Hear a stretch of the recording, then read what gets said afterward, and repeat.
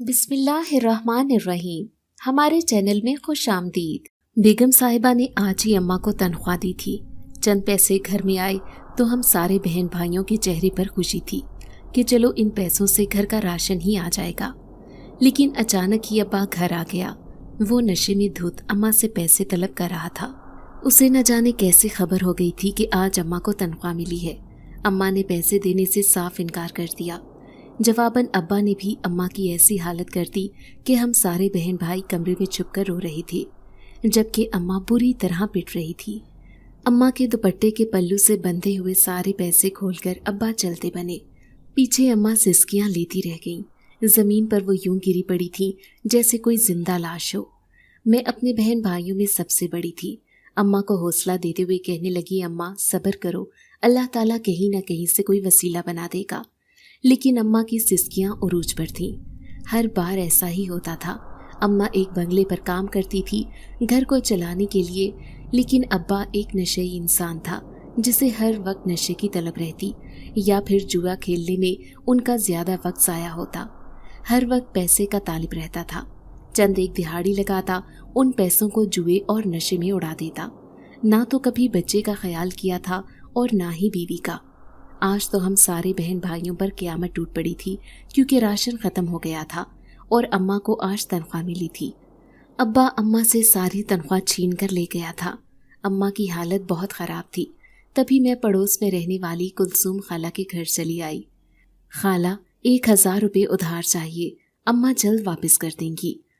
انہیں ابھی تنخواہ نہیں ملی۔ میں نظریں جھکائے ان سے جھوٹ کہہ رہی تھی۔ دیکھ، میں تجھے پیسے دے تو دوں، لیکن تیری ماں ہمارے پیسے دینے کا نام نہیں لیتی۔ انہوں نے پیسے دینے سے انکار کر دیا۔ میں ان کی منتیں کرنے لگی، خالہ خدا کے لیے ادھار پیسے دے دو، ہمارے گھر میں کھانے کے لیے بھی کچھ نہیں ہے۔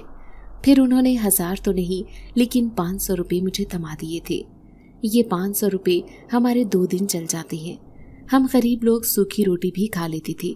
لیکن 2 دن بعد ابا آیا تھا۔ آتے ہی اس نے میرا ہاتھ پکڑ لیا اور مجھے گھسیٹتے ہوئے اپنے ساتھ لے کر جانے لگا۔ میں حیرت سے پھٹی پھٹی نگاہوں سے ابا کو دیکھ رہی تھی۔ تبھی وہ اماں کو دیکھتے ہوئے کہنے لگا، شازیہ، میں اس سے جوئے میں ہار گیا ہوں، اس لیے یوں سمجھ کہ تو اپنی بڑی بیٹی کو ودا کر چکی ہے۔ یہ کہتے ہی ابا گھسیٹتے ہوئے مجھے اپنے ساتھ لے کر جا رہا تھا۔ پیچھے اماں کی چیخیں تھیں اور میری سسکیاں، لیکن وہ بھلا کب کسی کی سنتے تھے۔ رات کے 10 بج رہے تھے۔ گلی میں کھڑے ہوئے 1-2 لوگ بڑی عجیب سی نظروں سے ابا کو دیکھ رہے تھے، لیکن سبھی ان سے واقف تھے کہ وہ کس کماش کے انسان ہیں۔ اب وہ مجھے ایک ویران جگہ پر لے آئے تھے، جیسے کسی کا انتظار کر رہے ہوں۔ لیکن جیسے ہی میری نظر سامنے سے آتی نوجوان پر پڑی، میرے پیروں سے زمین نکل گئی تھی۔ اگر میں درخت کا سہارا نہ لیتی تو شاید وہیں پر گر کر بے ہوش ہو جاتی۔ میرا نام تابندہ ہے۔ میرا تعلق ایک انتہائی غریب گھرانے سے تھا۔ میرا باپ ایک جواری تھا، جبکہ اماں ایک ایسی عورت تھی جس نے ساری زندگی میرے باپ کا ظلم برداشت کیا تھا۔ وہ ایک بنگلے پر کام کرتی تھی اور اسی سے ہمارے گھر کا گزارا ہوتا تھا۔ نہ تو اماں ابا سے طلاق لے سکتی تھی اور نہ ہی اپنے گھر سے نکال سکتی تھی، کیونکہ جس گھر میں ہم رہتے تھے وہ ابا کے نام پر تھا۔ ہم 5 بہن بھائی تھے، جس میں سب سے بڑی تھی۔ ابا کو جوئے اور شراب کی عادت تھی۔ ساری زندگی انہوں نے ایسے ہی گزاری تھی۔ میں اب 19 سال کی ہو چکی تھی، لیکن نہیں جانتی تھی کہ ابا کی مجھ پر نظر ہے۔ پہلے تو وہ گھر کی چیزوں کو بیچ کر اپنے جوئے کا شوق پورا کرتا، لیکن ایک دن اماں سے کہنے لگے کہ میں اسے جوئے میں ہار گیا ہوں، اس لیے اسے میرے ساتھ جانا ہوگا۔ اس نے مجھے ایک عجیب و غریب سے اجنبی کے حوالے کر دیا تھا۔ پھر وہ کہنے لگا، ٹھیک ہے، آج سے تیری بیٹی میری ہوئی، دوبارہ کبھی اس راستے پر قدم مت رکھنا۔ ساتھ ہی اس نے ابا کے ہاتھ میں ایک موٹی سی نوٹ کی گڈی تھما دی تھی۔ میں آنسو بھری نظروں سے ابا کو جاتے ہوئے دیکھ رہی تھی، جو ایسے کیسے مجھے کسی کے حوالے کر سکتا تھا۔ چاروں طرف بھیانک اندھیرا چھایا تھا۔ بھلا اس ویران اور اجاڑ راستے پر کون رہ سکتا ہے؟ یہ نہ جانے مجھے کہاں لے کر جا رہا ہے۔ مجھے بار بار اماں اور چھوٹے بہن بھائیوں کی یاد آ رہی تھی۔ اماں کے دل پر کیا گزر رہی ہوگی؟ پہلے ہی ان کی زندگی اچھی نہیں گزرتی تھی، وہ مجھ سے جدائی کیسے برداشت کر پائے گی؟ اور شاید میں خود بھی ان سے جدا ہو کر زندہ نہ رہ سکوں۔ تبھی سامنے سے مجھے ایک گھر دکھائی دیا۔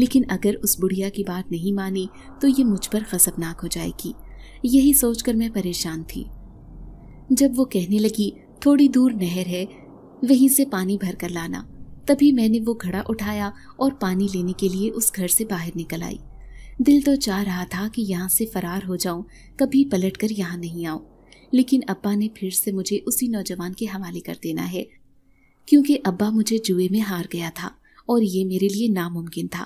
میں نے نہر کی تلاش میں ادھر ادھر نظر دوڑائی، تبھی سامنے ہی نہر کا صاف شفاف پانی نظر آنے لگا۔ میں نے جلدی سے گھڑا اٹھایا اور پھر اسے اٹھا کر لے کر جانے لگی، لیکن اچانک ہی کسی نے میرا راستہ روک لیا تھا۔ سامنے وہ لڑکی کھڑی تھی جو اپنی خوفناک آنکھوں سے مجھے دیکھ رہی تھی۔ میں یہ دیکھ کر حیران رہ گئی کہ اس کے بھی بال بہت لمبے لمبے پاؤں تک آ رہے تھے۔ اسے دیکھتے ہی مجھے خوف محسوس ہو رہا تھا۔ تو تم ہی ہو جو اس بڑھیا کی خدمت کرنے آئی ہو؟ دیکھو لڑکی، بھاگ جاؤ یہاں سے، ورنہ بہت بڑی مصیبت میں پھنس جاؤ گی۔ وہ جیسے مجھے خبردار کر رہی تھی، پھر دور بھاگتی ہوئی چلی گئی۔ اچانک ہی کسی کے قدموں کی آہٹ سنائی دی۔ میں نے دیکھا سامنے سے وہی نوجوان آ رہا تھا۔ اس نے مجھے سر سے پاؤں تک دیکھا، پھر غصے سے کہنے لگا، تو اس گھر سے باہر کیوں نکلی؟ میں خوفزدہ لہجے میں کہنے لگی، کیونکہ تمہاری ماں نے مجھے اس نہر کے پاس بھیجا تھا، تم یہاں سے فرار ہونا چاہتی ہو۔ اچانک ہی اس نے میرا بازو پکڑا، درد کی شدت سے میرے منہ سے چیخ نکلی تھی۔ میں روتے ہوئے اس سے کہنے لگی، نہیں، میں یہاں سے کبھی بھاگنے کی کوشش نہیں کروں گی، کیونکہ تم نے مجھے خریدا ہے، تم میرے مالک ہو، میں تمہاری غلام ہوں۔ یہ سن کر اس کے چہرے پر اطمینان نظر آنے لگا۔ پھر اس نے میرے ہاتھ سے وہ پانی کا گھڑا لے لیا۔ پھر اس رات بھی میں نے پانی گرم کیا اور لمبے بالوں والی وہ خوفناک شکل والی بڑھیا اس گرم پانی سے نہا کر آرام سے بستر پر لیٹ گئی اور پوری رات مجھ سے خدمت کرواتی رہی، لیکن صبح ہوتے ہی وہ میرے سامنے سے غائب ہو گئی۔ اب تو جیسے ہر روز یہی ہونے لگا۔ نہ جانے یہ دونوں ماں بیٹے میرے ساتھ کیا کرنے والے تھے۔ یہاں کا ماحول بڑا ہی عجیب اور پراسرار تھا۔ دن کی روشنی میں وہ دونوں غائب ہوتے، جبکہ رات ہوتے ہی وہ میرے سامنے آ جاتی۔ میں بڑی عجیب زندگی گزار رہی تھی، جب ایک دن میری نظر اپنے لباس پر پڑی۔ ایک ہی سوٹ پہننے کی وجہ سے وہ جگہ جگہ سے پھٹ رہا تھا اور مجھے اس سوٹ سے بہت شرم آ رہی تھی۔ تبھی ایک دن اس نوجوان نے مجھے ایک لباس لا کر دیا اور کہنے لگا، تم یہ کپڑے پہن لو۔ تبھی میں ملتجی لہجے میں اس سے کہنے لگی، کیا میں نہر پر نہانے جا سکتی ہوں، کیونکہ میرے سر میں بہت گندگی ہو رہی ہے۔ اس نے مجھے نہر کے پاس جانے کی اجازت دے دی، لیکن جانے سے پہلے اس نے مجھے دھمکی دی کہ خبردار، اگر یہاں سے بھاگنے کے بارے میں سوچا بھی، اگر ایسا ہوا تو میں تمہیں کبھی معاف نہیں کروں گا، بلکہ تمہارے پیچھے پیچھے اس جگہ پہنچ جاؤں گا جہاں پر تم بھاگ کر جاؤ گی، اور پھر ہمیشہ کے لیے تمہیں اس گھر میں قید کر دوں گا۔ میں تو یہاں سے بھاگنے کا تصور بھی نہیں کر سکتی تھی، اس لیے اس کی بات پر میں کہنے لگی کہ میں ایسا سوچ بھی نہیں سکتی۔ میں چپ چاپ نہر کنارے آ گئی تھی، پھر اپنے لمبے بال کھول کر دھونے لگی اور ساتھ ہی اپنے جسم کی ساری گندگی صاف کرنے لگی۔ اب میں نے وہ صاف ستھرے کپڑے جلدی سے پہن لیے تھے کہ کہیں مجھے اس ویران جگہ پر کوئی دیکھ نہ لے، لیکن جیسے ہی کپڑے پہن کر بیٹھی، اچانک مجھے اپنے پیچھے ایک آواز سنائی دی تھی، ارے یہ لڑکی یہاں کیا کر رہی ہے؟ میں نے جیسے ہی پلٹ کر دیکھا، سامنے دونوں جوان کھڑے مجھے سر سے پاؤں تک دیکھ رہے تھے۔ میں انہیں دھکا دیتی پاگلوں کی طرح وہاں سے بھاگی تھی۔ وہ میرے پیچھے سے آوازیں دے رہے تھے، میرے پیچھے پیچھے آنے لگے، لیکن میں جانتی تھی کہ ان لوگوں نے مجھے اس جگہ پر دیکھ لیا ہے، اس لیے اتنی تیزی سے بھاگی کہ ان سے بہت دور چلی آئی اور آ کر اس گھر میں چھپ گئی جہاں پر میں رہتی تھی۔ تبھی اس گھر کا دروازہ زور زور سے بجنے لگا۔ میں اچھل پڑی، کہیں وہ نوجوان میرے پیچھے تو نہیں آ گئے ہیں، جبکہ وہ نوجوان اور اس کی ماں نہ جانے کہاں غائب تھے۔ میں نے دروازہ بھی نہ کھولا، بلکہ وہیں کمرے میں چھپی رہی۔ جیسے ہی رات ہوئی، وہ دونوں واپس آ گئے تھے۔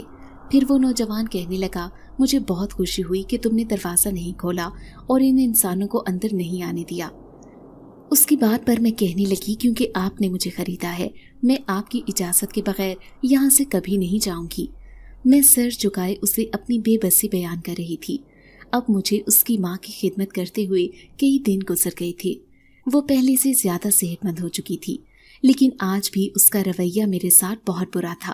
پھر ایک دن میں اس نوجوان سے کہنے لگی، میں اپنی ماں سے ملنا چاہتی ہوں، کیا تم مجھے ان سے ملنے دوگے؟ میری آنکھوں میں التجا تھی تو وہ کہنے لگا ٹھیک ہے، صرف تمہارے پاس تھوڑا سا وقت ہوگا، تم اسی وقت ان سے ملاقات کر کے واپس یہاں پر آ جانا، میں تمہاری رکھوالی کروں گا۔ میں نے اس کی بات پر ہاں میں سر ہلا دیا تھا۔ اب میں کالے رنگ کی چادر اوڑھ کر اتنے دن بعد اپنی ماں سے ملنے جا رہی تھی۔ نہ جانے ان کے حالات کیسے ہوں گے، وہ میرے پیچھے پیچھے ہی آ رہا تھا دبے پاؤں، حالانکہ صرف پتوں کا شور ابھر رہا تھا۔ میں گھبرا بھی رہی تھی کہ کہیں ابا گھر پر نہ ہو، لیکن جیسے ہی میں اپنے گھر جانے لگی اس نے مجھے کہا کہ تم اپنی ماں سے ملنے کے لیے بے فکر ہو کر جاؤ کیونکہ تمہارا باپ گھر پر نہیں ہے۔ میں حیران بھی ہوئی کہ اسے یہ بات کیسے معلوم ہوئی۔ پھر رات کے اس اندھیرے میں اپنے گھر چلی آئی تھی جہاں پر مجھے اپنے چھوٹے بہن بھائیوں کے رونے کی آواز آ رہی تھی، جبکہ اماں انہیں تسلی دے رہی تھی کہ صبح ہونے کا انتظار کرو، میں بیگم صاحبہ سے تھوڑے پیسے ادھار لے آؤں گی۔ وہ کس قدر تکلیف میں تھی، ان کی پریشانی اور غربت کا حال دیکھ کر میری آنکھوں میں آنسو آ گئے تھے۔ میں روتے ہوئے واپس آئی، تبھی اس نوجوان نے میرے چہرے کو دیکھ لیا، کہنے لگا کیوں پریشان ہو؟ تو میں کہنے لگی کہ میری ماں بہت پریشان ہے، گھر میں کھانے کے لیے کچھ بھی نہیں۔ کہنے لگا کیا تم اپنی ماں کی مدد کرنا چاہتی ہو؟ میرے پاس بہت پیسے ہیں، تم ان پیسوں سے اپنی ماں کی مدد کر سکتی ہو۔ یہ سن کر میں خوش ہو گئی۔ پھر اس نے اپنی جیب سے نکال کر بہت سارے پیسے مجھے دے دیے اور کہنے لگا یہ اپنی ماں کو دے کر آ جاؤ، ان کی ساری پریشانیاں ختم ہو جائیں گی۔ مجھے اپنی آنکھوں پر یقین نہیں آ رہا تھا۔ میں نے خوشی خوشی وہ سارے پیسے لیے اور آہستگی سے گھر کا دروازہ بجانے لگی۔ دروازہ کھولنے والی اماں ہی تھی۔ اماں مجھے اپنے سامنے دیکھ کر حیرت زدہ تھی، مجھے اپنے سینے سے لگا لیا، پھر کہنے لگی میری بیٹی، مجھے یقین نہیں آ رہا کہ تو واپس آ گئی ہے۔ میں نے اماں کے ہاتھ میں وہ پیسے تھمائے اور کہنے لگی اماں، میں یہ پیسے تجھے دینے آئی ہوں، بس تو ان پیسوں سے گھر میں راشن ڈلوا لینا، اپنا اور چھوٹے بہن بھائیوں کا پیٹ بھر لینا۔ اماں کہنے لگی نہیں، اب میں تجھے کہیں جانے نہیں دوں گی، تو میرے پاس ہی رہے گی۔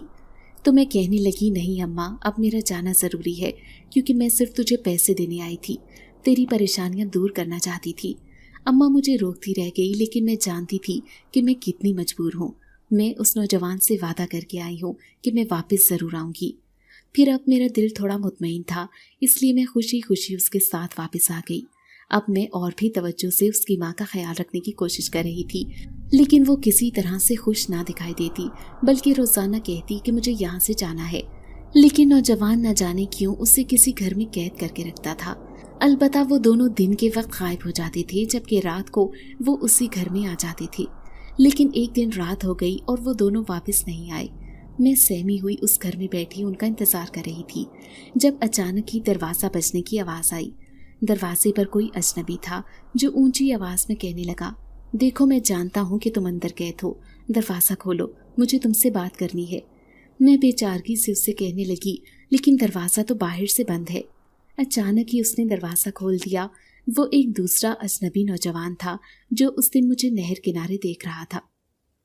میں اسے اپنے سامنے دیکھ کر گھبرا گئی تو وہ کہنے لگا میں حیرت زدہ ہوں کہ تم یہاں کیا کر رہی ہو، دیکھو یہ جگہ بہت خوفناک ہے، یہاں پر تمہارا رکنا ٹھیک نہیں، یہ گھر 100 سال پرانا ہے، اس پورے جنگل میں اس کی دہشت ہے، اس گھر میں جنات رہتے ہیں، تم اس گھر میں کیا کر رہی ہو؟ وہ مجھے مشکوک نظروں سے دیکھ رہا تھا۔ یہ سن کر میرے ہوش اڑ گئے۔ میں اس سے کہنا چاہتی تھی کہ اس گھر میں تو لوگ رہتے ہیں جن کی میں خدمت کرتی ہوں، لیکن انہوں نے مجھے خریدا ہے، لیکن میں اس سے یہ بات نہ کہہ سکی۔ اچانک ہی دروازے سے وہی نوجوان اندر آ گیا تھا اور اس کے پیچھے وہی نقاب پوش اس کی ماں بھی کھڑی تھی جو زہریلی نظروں سے اس اجنبی کو دیکھ رہی تھی۔ پھر ان دونوں نے اسے دھکے دے کر گھر سے باہر نکال دیا۔ اب وہ نوجوان غصے سے مجھے دیکھتے ہوئے کہنے لگا تم نے دروازہ کیوں کھولا؟ میں کہنے لگی میں نے دروازہ نہیں کھولا، وہ خود ہی کھول کر اندر آیا تھا۔ لیکن ان دونوں کا انداز مجھے سمجھ نہیں آ رہا تھا۔ پھر انہوں نے ایک کمرے میں جا کر خود کو بند کر لیا۔ میں کان لگا کر سننے لگی کہ دونوں ماں بیٹے آپس میں کیا باتیں کر رہے ہیں۔ جب بیٹا اپنی ماں سے کہنے لگا ہم جس مقصد سے یہاں پر آئے تھے مجھے نہیں لگتا کہ وہ پورا ہونے والا ہے، اب ہمیں واپس چلے جانا چاہیے۔ نہیں، میں اس عامل سے وہ اپنی قیمتی انگوٹھی لیے بنا نہیں جاؤں گی، بھلے ہی مجھے اس کی بھاری قیمت چکانی پڑے۔ وہ عورت بہت ضد کر رہی تھی۔ میں حیرت سے ان کی گفتگو سن رہی تھی، تبھی وہ نوجوان کہنے لگا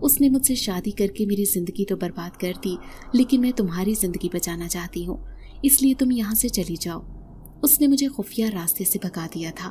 میں حیران بھی رہ گئی کہ میں اتنی بہادر کب سے ہو گئی کہ میں بھاگ کر وہاں سے آ گئی ہوں۔ اب میں اپنے گھر پہنچ گئی تھی۔ اماں مجھے اپنے سامنے دیکھ کر بہت خوش تھی۔ پھر کہنے لگی، بیٹی جو تو نے پیسے دیے تھے وہ میرے بہت کام آئے۔ مجھے تو یقین نہیں آ رہا تھا کہ تم نے اتنے ڈھیر سارے پیسے مجھے دیے تھے۔ کون تھا وہ مہربان جس نے تجھے مجھے دینے کے لیے اتنے پیسے دے دیے تھے؟ میں اس کا نام بھی نہ بتا سکی۔ خوفزدہ لہجے میں اماں سے کہنے لگی، اماں ابا مجھے واپس اس جنسات کے حوالے تو نہیں کر دے گا؟ اماں حیران رہ گئی، کہنے لگی، کون جنسات؟ لیکن اب میں خاموش تھی۔ ابا کئی دنوں تک گھر ہی نہیں آتا تھا۔ میں اماں سے کہنے لگی، اماں ہم اس گھر کو چھوڑ دیتے ہیں، کیونکہ ابا کے ساتھ رہنا اب بہت مشکل ہو گیا ہے، وہ مجھے واپس بھیج دے گا۔ اماں کہنے لگی، ہاں تو ٹھیک کہتی ہے، ہم آج ہی اس گھر کو چھوڑ دیتے ہیں۔ پھر اسی رات میں نے اپنے چھوٹے بہن بھائیوں اور اماں کو ساتھ لیا اور ہمیشہ کے لیے اس گھر کو چھوڑ دیا۔ ہم ابا کو خبر بھی نہیں ہونے دینا چاہتے تھے کہ ہم کہاں پر ہیں۔ ایک دوسرے شہر آ کر میں اب قدرے سکون محسوس کر رہی تھی۔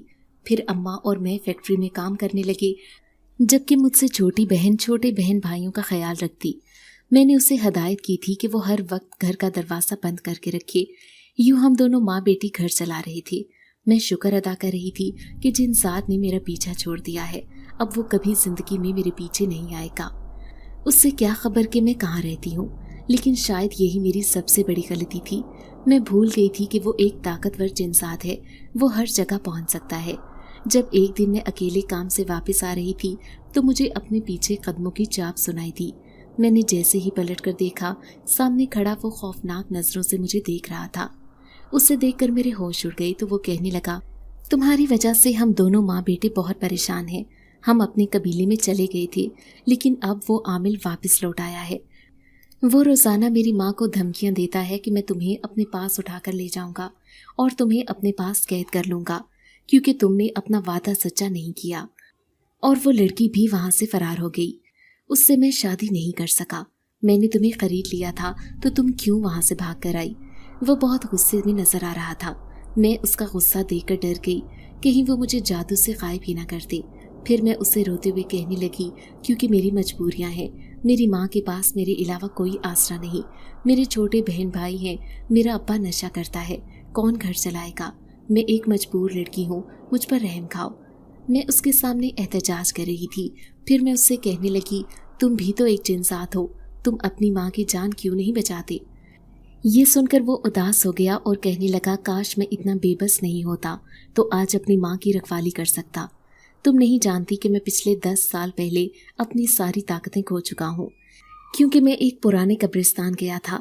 وہاں چاند کی 14 تاریخ کو میں ایک خطرناک چلہ کر رہا تھا، لیکن اچانک ہی آندھی طوفان آیا، اس کی وجہ سے میرا سارا چلہ خراب ہو گیا۔ جب سے ایک شیطان جنات مجھ پر حاوی ہو گیا، اس نے میری ساری طاقتیں چھین لی۔ اب میں وہ طاقتیں کبھی بھی حاصل نہیں کر سکتا۔ میں اس سے کہنے لگی، کوئی تو اس کا حل ہوگا، اگر ایسا کوئی حل ہوا تو میں اس میں تمہاری مدد ضرور کروں گی، چاہے اس میں میری جان چلی جائے۔ میں آج بھی تمہاری غلام ہوں، لیکن مجھے اس عامل کے حوالے نہ کرو، وہ بہت ظالم ہے۔ یہ سن کر وہ کہنے لگا، ٹھیک ہے، اگر ایسا کوئی حل ہوا تو میں اس عمل کو کرنے کی ضرور کوشش کروں گا۔ اب وہ میرے سامنے سے غائب ہو گیا تھا۔ میں شکر ادا کر رہی تھی کہ وہ مجھ پر مہربان ہو گیا، ورنہ اس کا غصہ دیکھ کر میں بہت زیادہ ڈر گئی تھی۔ میں نے اس بات کا ذکر اماں سے بھی نہیں کیا، لیکن ایک دن میں کام سے واپس آ رہی تھی جب میں نے درخت کے نیچے بیٹھے ہوئے ایک درویش فقیر کو دیکھا۔ وہ ملنگ سا لگ رہا تھا۔ میں جیسے ہی اس کے سامنے جا کر بیٹھی، وہ کہنے لگا، کیا لینے آئی ہے بیٹی؟ میں نے ادھر ادھر دیکھا اور سرگوشی میں اس فقیر سے کہنے لگی کہ آپ کو جن سادے کے معاملے کی سمجھ آتی ہے؟ دراصل مجھے ایک جنات کے بارے میں معلومات لینی ہے۔ میں نے اسے سب کچھ بتا دیا تھا کہ اگر کوئی جنسات اپنی طاقت کھو دیتا ہے تو وہ اسے واپس حاصل کرنے کے لیے کیا کرتا ہے۔ پھر اس نے مجھے ایک حل بتایا اور کہنے لگا کہ اگر وہ یہ عمل کر سکتا ہے تو کر لے، ہو سکتا ہے کہ اس کی یہ طاقتیں واپس آ جائیں۔ اس کی بات سن کر میں خوفزدہ ہو گئی، کیونکہ وہ ایک خطرناک عمل تھا جو پرانی قبر کے پاس کرنا تھا، لیکن اگر کوئی انسان اس جنسات کی مدد کرے تو یہ عمل کامیابی دلا سکتا تھا۔ یہ سوچ کر میں اس کی مدد کروں گی۔ میں اس سے ایک بار اپنے سامنے دیکھنا چاہتی تھی، اس لیے بار بار اسے یاد کر رہی تھی، لیکن اتنے دن ہو گئے وہ میرے سامنے نہیں آیا تھا۔ لیکن ایک دن آدھی رات کو اچانک ہی دروازے پر دستک ہوئی۔ جیسے ہی میں نے دروازہ کھولا، سامنے کھڑی نقاب پوش خوفناک آنکھوں والی عورت کو دیکھ کر میرے پیروں تلے سے زمین نکل گئی۔ یہ کوئی اور نہیں بلکہ وہی جنزادی تھی، اس جنزاد کی ماں۔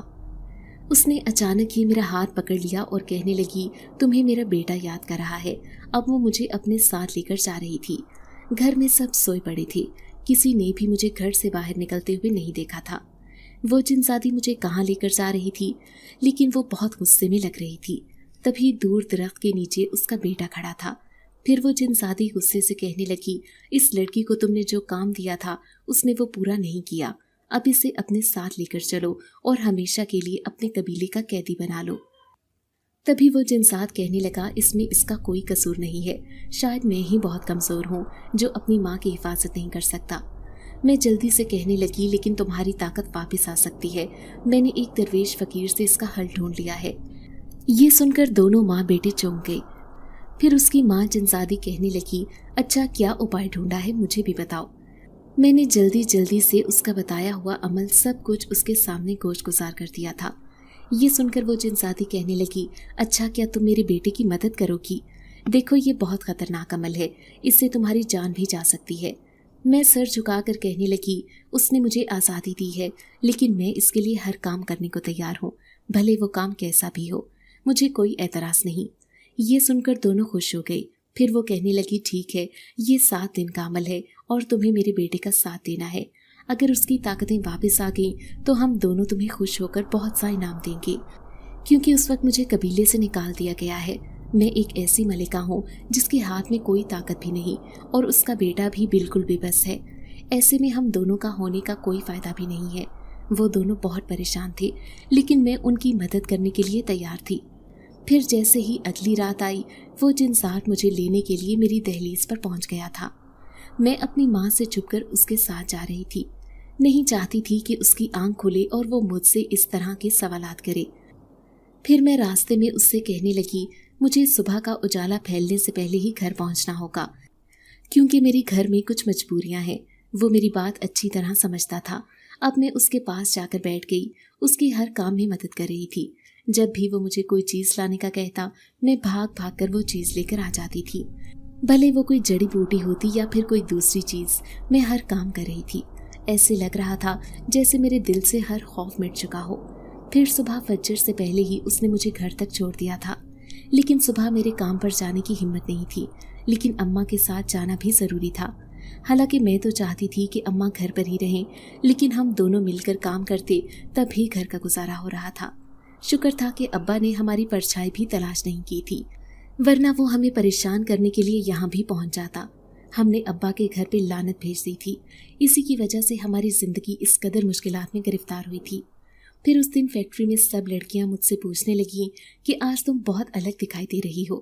میں انہیں کہتی کہ رات بھر میں نے ایک پرانے قبرستان میں کام کیا ہے، جس کی وجہ سے آج میری ایسی حالت ہے، لیکن یہ عمل تو مسلسل 7 دن تک کرنا تھا اور مجھے نہیں لگتا تھا کہ یہ دن اتنی جلدی گزرنے والے ہیں۔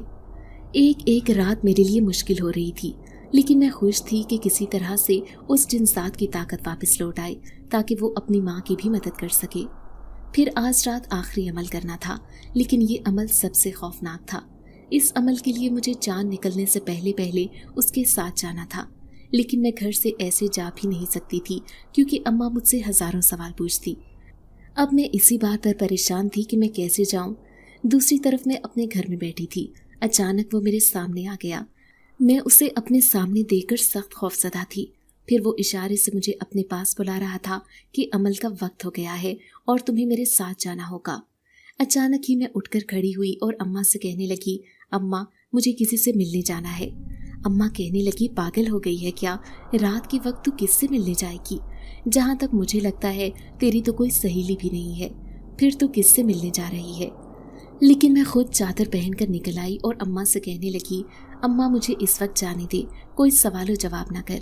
یہ کہتے ہی ان کے روکنے کے باوجود بھی میں نہیں رکی اور گھر سے نکلتی چلی گئی۔